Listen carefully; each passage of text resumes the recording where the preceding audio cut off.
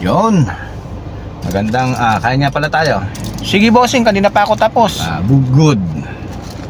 So nasa biyahe tayo ngayon mga idol. Nandito tayo sa BPSU, sa main campus nila sa Bataan, dito sa Bataan. Kain tayo mga idol, meron tayo dito ng pagkain. So mamimiss natin ang gulay mga idol. Oo nga bossing, ano? Takaw-takaw mo ng gulay, ano? Oo naman, iba pagka gulay. Masarap ang gulay, kaya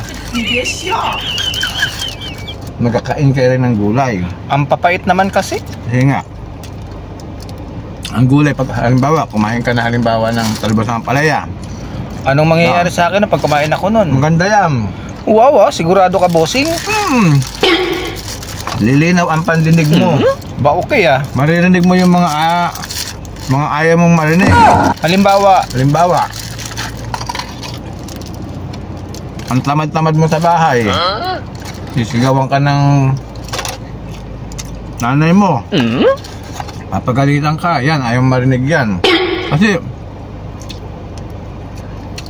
kumain ka ng ng gulay ganun ba yun? Yung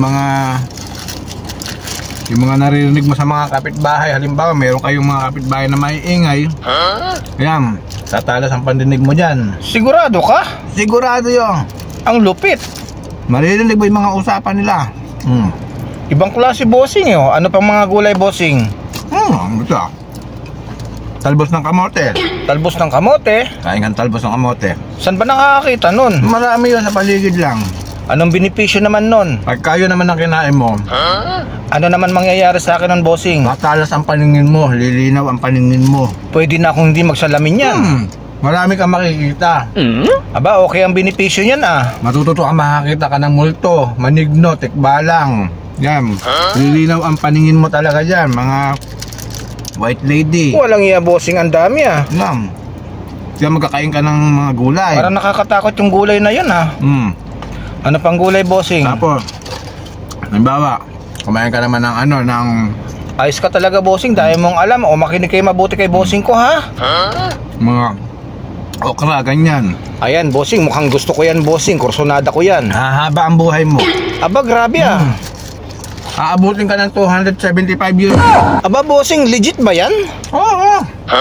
Ubus na yung mga kabats mo, ikaw buhay pa. Ginawa mo na rin akong manigno nun bossing, ang tindi ng mga gulay na yan ah. Ganon katindi yung mga gulay na yan.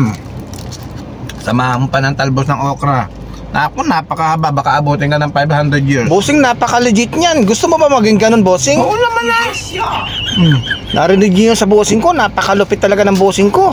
Pag nagkapamilya ka, O ano naman doon? yung anak mo matanda na, ikaw Lumulutang-lutang na lang. dun ka pa rin. Talaga bossing, mangyayari yung mga ganon? Pero kakain kang gulay Kahanga-hanga naman. Talagang ang galing ng bossing po. Ano pang mga alam mong kautuan bossing? Ito pa yung yung Talaga tong bossing ko, nauuto na naman paling halimbawa ng Parang ayoko na maniwala ah. upo. Yan. Maglaga ka ng upo, ang ganda sa katawan niyan. Opo, maganda. Anong benepisyo naman yan? Mawawala mawawala yung high blood mo sa katawan. Naisip mo pa yun? Oo. O paano gagawin? Basta't maliligo ka lang palagi. Sus bossing, anong konekta naman nun? Konektado kasi yung O paano? pagka kasi kumain ka ng upo, tanghaling tapat. Wow ha? Bakit tanghaling tapat? Ay doon mo nga niluto Tapos pagkakain mo, maliligo ka. Pagkakain o tapos ano mangyayari? O lalamig ang katawan mo, mawawala yung high blood mo. Temperatura.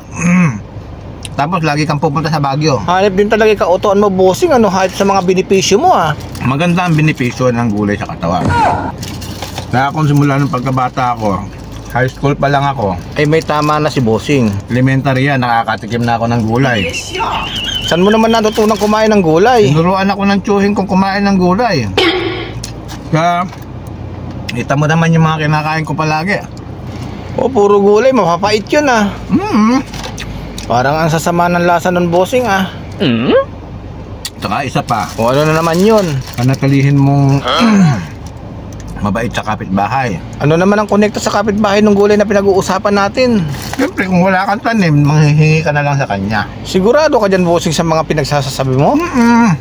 Ganun yun? Ganun yun. Naisip mo pa yun? Narinig yung pinagsasabi ng aking bossing. Ang dami niyang alam, ano? Eh bakit bossing manok ang kinakain mo ngayon? Eh gulay pinag-uusapan natin. Mahilig din naman ako sa manok. So sa bagay bossing, malapit mo na akong mapaniwala eh. Ba't hindi karning baboy ang kainin mo? Huwag lang sa kaning baboy. Eh ba't naman wag bossing eh? Ang sarap ngayon, di ba? Putok-batok ngayon. Iwas-iwas na tayo doon. Bakit naman bossing? High blood. Matigok. Di kakain ka ng upo.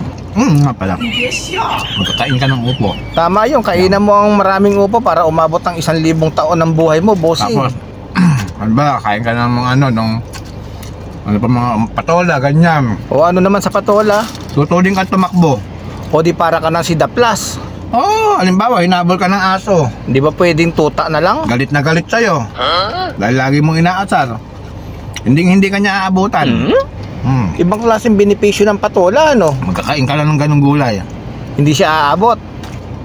Hindi ka niya aabutan, hindi. Malupiton. Baka maunahan mo pa siya. Agoy, dahil mong nalalaman bossing, sigurado ka dun? Grabe naman pala yung mga gulay ng mga sinabi mo bossing. Maganda pala talaga sa katawan yan. Dami natin pinag-usapan. Ano nang lugar to bossing? Bataan State University. First time ko makarating din eh. Tiyan, mabuti nasama ka. Oo nga bossing, tapos marami akong natutunan sa'yo. Kaya lang pinagtatako ko parang puro kautuan eh. O sige, pagpaalam ka na. Hindi pa kumakain sa inyo mga idol eh.